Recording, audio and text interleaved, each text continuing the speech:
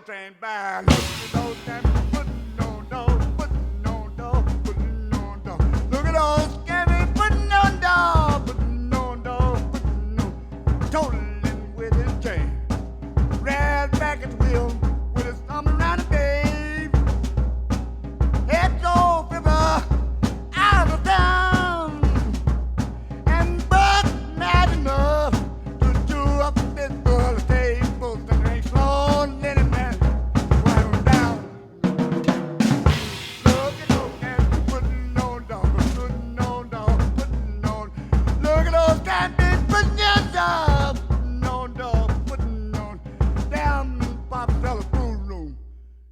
The reason they call me Roundhouse is because I was about 5'1" for a long time, very fat, and with a little head. And I used to have to ride around. My father had a jukebox business, so I got my driving license at 14, but driving a big Cadillac, nobody could see nothing but my little head.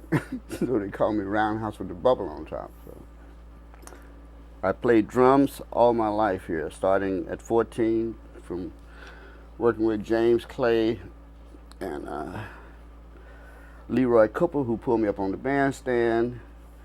The first person I ever played with was a fellow named Billy Tom Robinson, who has passed away, who lived in Canada the rest of the years. He used to work with Mingus after I worked with Mingus.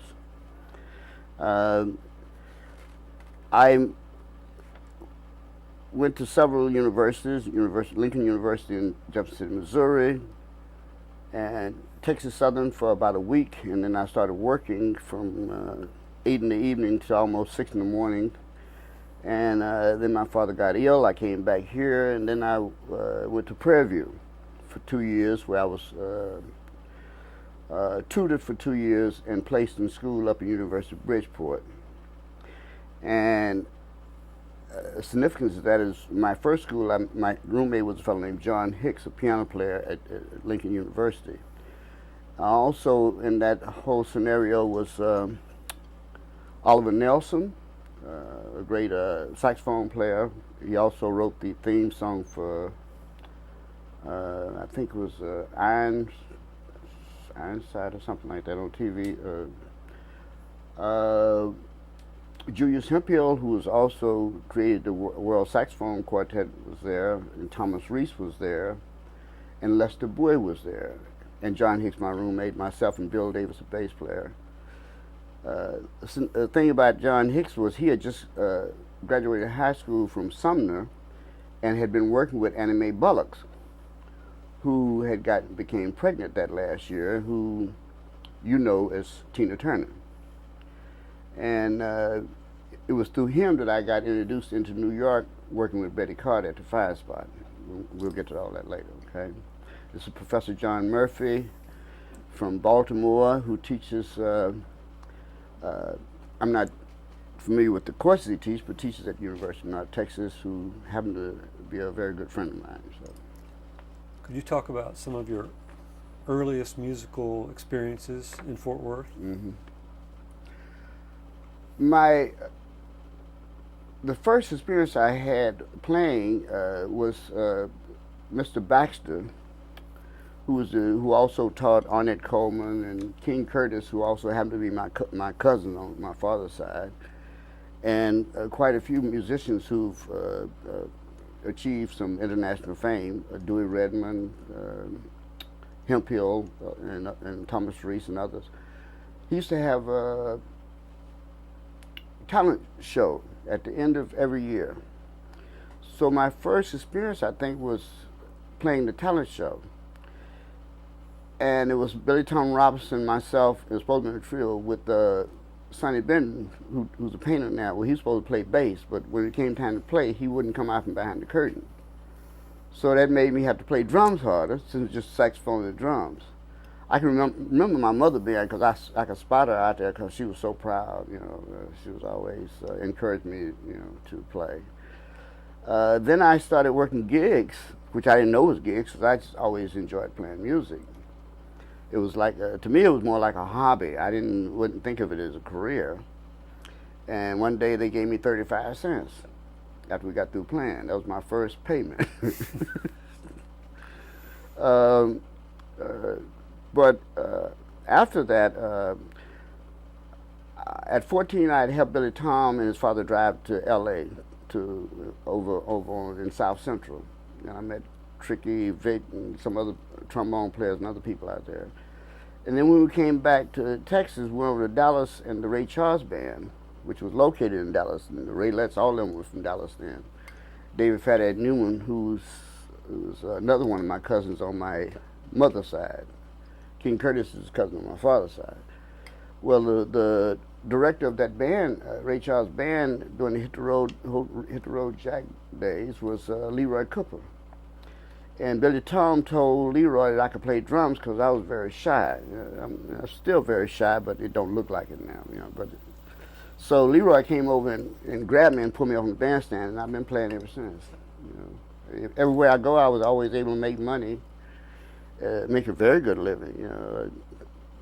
I didn't realize I got to New York, and within less than 6 months, I was working with people, with Charles Mingus, Betty Carter, Kenny Dorham, Jackie McLean, Albert Eiler. I can't. You see a commercial on TV right now. It's been shown by Johnson & Johnson, and you have this fellow this older man laying in bed, clean shaven and everything. His name is Benny Powell, and they'll show you a part where he's holding a picture of him holding a trombone. I used to work with him a lot down at Slugs, with Bob Cunningham on bass, and sometime McCoy, sometime Harold Mabern on piano, sometime Hugh Lawson. The bass and drums never changed, but the piano players changed with it. And I also met Weldon Irving at this point in the Joe Henderson Kenny Dorham Big Band. And that really tied me into the system. I had moved in with a fellow named Benny Maupin, a tenor saxophone player, and Naima, Coltrane's wife, came by one day, and she's one of these, like a soothsayer. And she told me it'd be 14 years before my career jumped off. And true to her word, it was that. I mean, I didn't believe in all this stuff then. In fact, I didn't believe in astrology or none of that stuff. I still don't believe in astrology.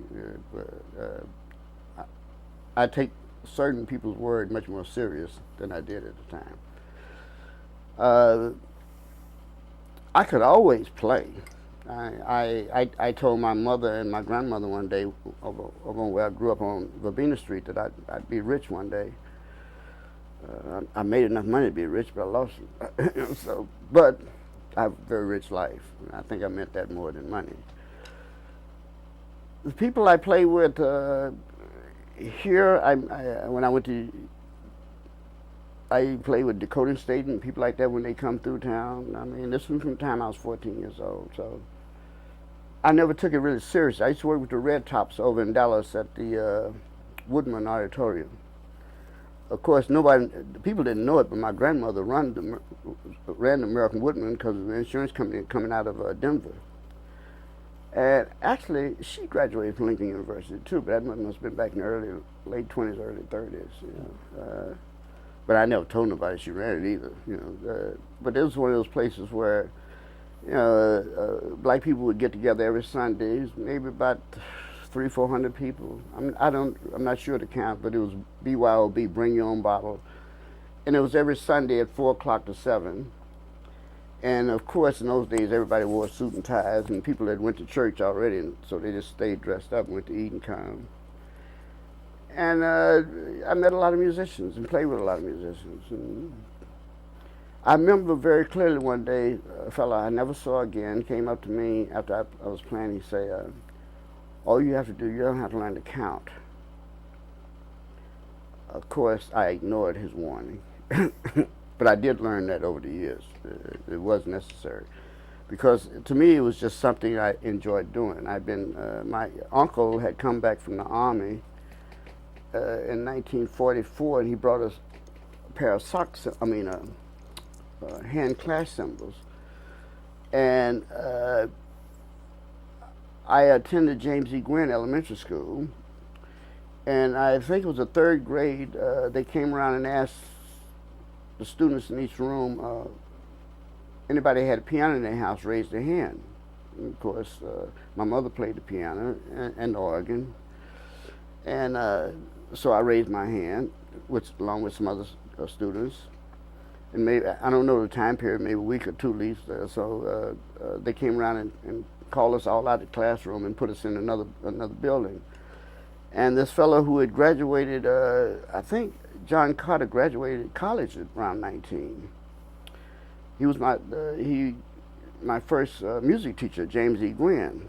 The problem was he wanted me to play clarinet, which you would have been in agreement with. I wanted to play the drums. Mm-hmm. So I dutifully, because I had experience with the piano, so I dutifully played along with the clarinet until the drummer missed one day. And he could forget it then, because when he missed, I was on it. I've been playing drums ever since. It's taken me all over the world many a times. I've been to 17 countries in Africa. I've been to 3 countries in India. I've been to 8 countries in Asia. I've been to Japan over 12 times. I've been to Korea. I've been to Europe over 50 times, from Stockholm all the way down to Palermo, Italy. I know every major city and most of the vegetarian restaurants all over Europe. In fact, I just returned from a tour this past July. First concert was in Amsterdam, second concert was in Paris, third was in Vienna, the fourth was in Prague, and from Prague we went to Milan, and from Milan we went to London and played at the Barbican, which would be the equivalent of Philharmonic Hall here in the States, and it was recorded for the BBC. Because my mother used to play the piano and sing all the time. She was always humming. And we had this upright old Steinway. Upright, but a big one, not a spinet, And the board was off the bottom of it, where the strings were. And I'm crawling around down there, and I put my hand up there and touched one of those strings that was vibrating. And it's still, I can feel how hard it hurt my hand. Stick my finger there. I think that was the first experience I had like that. Obviously being around the piano like that developed what you as professors and people call perfect pitch. But the physical part was getting my hand caught between my finger stuck between those strings. And believe me, it definitely hurt like somebody slamming the door on your hand, because you're not thinking about it. The earliest public playing was the one where I played at the school, the talent show. The earliest gig I played was the one where I got 35 cents. I think. Wasn't there a time when you heard music out at Greenway Park when you were very young? You have to touch on that. I can't. My earliest experience in that genre was my mother used to love to dance. And as you see, my daughter, who's graduated from Juilliard, has transferred in her DNA to that, because she's danced with Celine Dion now. And my grandmother didn't want to babysit because I was born out of wedlock. And down here, that was sin. So my mother would have to take me when she wanted to go dance. Now the musicians, during those early days, back in the 40s, Jacksboro Highway, Fort Worth was worse than Tombstone or any other of those bad cities they called back in those days. If you're talking about sin, this was Sin City, nice, angelic town. But then you had Jacksboro Highway, and you had 24 hours gambling, prostitution, burlesque, all this, and live music. So the musicians were able to make a living. They would start on Thursday, most of them would start on Thursday and always work through Monday. But on Friday and Saturday evening, the black musicians used to get together after the gigs over in Greenway Park. It was a gazebo over there. So nobody could hear it, so far away from everything. And they would jam. And I remember I used to wake up. I'd be in the back seat, and I pull myself up and look over and watch them dance, and be obviously moving to the music because it was so great. And of course, some 30 years later, I ran into Ornette Coleman in New York City, and he was forming a new band, and he asked me to play like the music we played down in Texas. And I knew what he was talking about, the music where we used to play over there. They used to play at Greenway Park. It was, you have to imagine musicians going to work, suit and tie, always, playing the standards and requests as accurately as possible, but not being able to stretch out like when Coltrane and Miles and them come along later. So they would get together after the gigs, because they didn't all work in the same place. It was a long stretch, I mean, there's a lot of gambling out there. And they would get together after they got off the gig on Jacksboro Highway and come over to Greenway Park. I think it would start around about 4:35 in the morning, go around about sun up, wait a minute, it was dark most times when I was experiencing it, so it had to be early in the morning, and they would be jamming. I mean, in other words, it wasn't like playing Somewhere Over the Rainbow, Pennies from Heaven. It was like jamming like Coltrane would play, Chasing the Train, Miles would play some of the things he might have played on Agatha, Pangria, some of those kind of, it was, in other words, instead of structured, totally playing spiritually from the spirit, from the soul. Who were some of the musicians who were involved in that?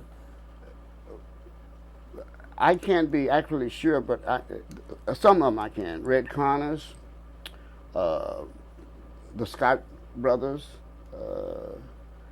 and I'm not sure if both of them were involved in that. Probably John Carter, for sure Ben Martin.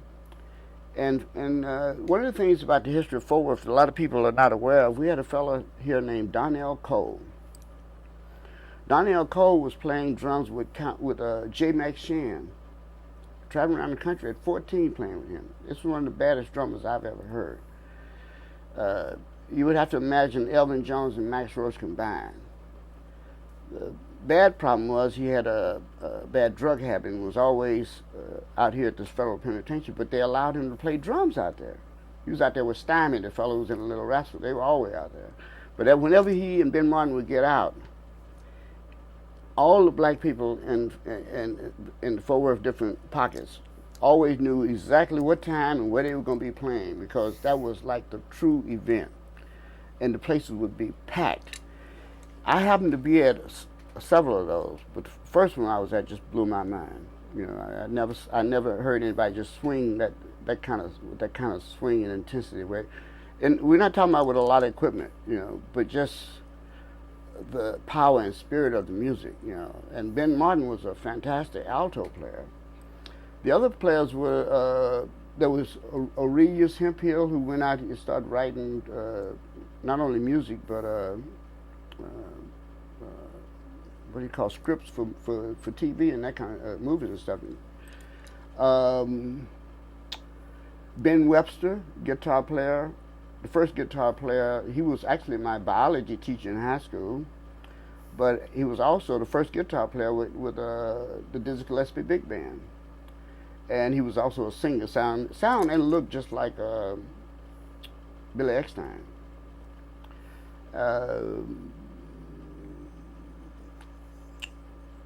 Butler, was a fellow named Butler, used to play drums here.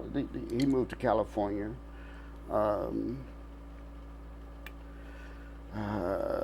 Sonny Compton, piano player.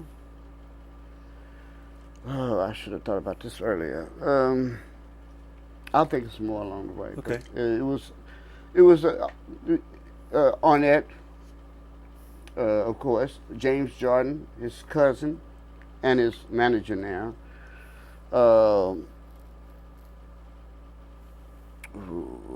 Diddy Charles Moffitt,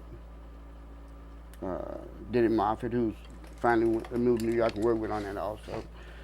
It was the cream of the crop of the musicians here. And Ornette, just when I finally met and started working with Ornette, that's what he had went through 17 drummers. I was number 18. And the drummer before me was Michael Carvin, but Michael Carvin didn't want to play with this 19-year-old electric bass player. He wanted to play with acoustic bass. And Ornette's not the kind of person you're going to tell him who to have in his band. Went to the Pink Teacup down on Bleecker Street. We were sitting there eating, and Ornette walks in with Bern Nix, who had just went and picked up to the airport, and a young lady who ran a clothing store called Tales of Haltman. I don't remember her name. And we were sitting next to each other, and he asked me what was I doing. I said, looking for work. You know, he said, "Oh, I'm looking for a drummer," and I gave him my number. And next day he called, and he said he had already made science fiction and made the classical music, so he wanted to make the music that he grew up with, which was called "Dancing in Your Head," which is still a classic. A lot of the musicians and a lot of producers use that as the criteria. Like Mahavishnu opened up the fusion. This music opened it up in all the other directions that fusion couldn't, because fusion was kind of locked in, kind of tight too. This was this wide open music where you just played from the spirit. It was called homolodics. In other words, everybody playing on equal footing. Nobody's the key, but obviously the alto is the soloist, but in other words, you're not inhibited. You don't have to play ching ching ding. You know, you can play all over the drums, and the guitar player can modulate and play, and the bass player can do the same. So, but that came from me hearing that when I was 2 or 3 years old. Shannon is my name. Shannon. Stop short. When he hears what Bucket said, winds up like Bay's roof, aiming for a Hummer, and bends his fuse stick around Buck's head. Look at those stamps, putting on dough, putting on dough, putting on dough. Look at those stamps, putting on dough, putting on dough, putting on dough. Puttin rocked on the country road.